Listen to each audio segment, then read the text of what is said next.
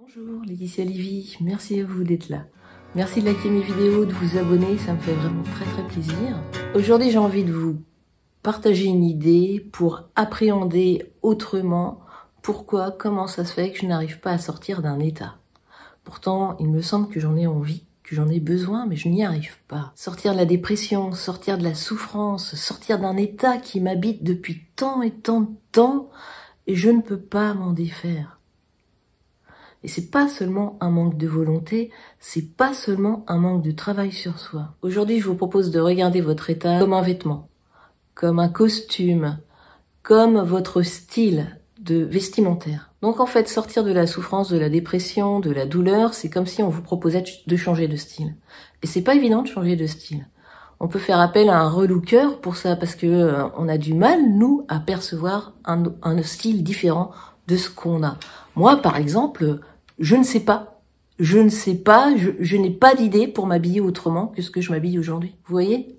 Et tous les matins, on s'habille avec son style. L'idée, c'est d'aller voir un relooker. Vous allez voir un psy, vous vous faites accompagner. Et donc, forcément, c'est délicat, forcément, il faut du temps. Donc, c'est pas évident de changer de style.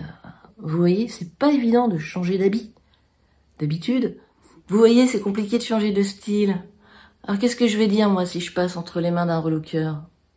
Ben, c'est pas moi. Vous me reconnaissez, vous? Moi, c'est pas moi, non? Et si c'était pareil avec nos états d'âme, nos états dépressifs, nos états de souffrance? Si on se disait, ben, c'est pas moi. Si je change d'état, c'est pas moi. Le relooker, il me change, il me transforme. Je vais voir ça comme ça. C'est pas moi. Alors, vous reconnaissez? Il me semble que je suis toujours moi, non? Alors que vous voyez le côté aberrant, quelque part. Parce que quand je suis nue, c'est moi. C'est juste des vêtements qu'on met et qu'on enlève. Imaginez, c'est pareil pour nos états. Et juste, en fait, j'ai pas cette vision de moi comme ça.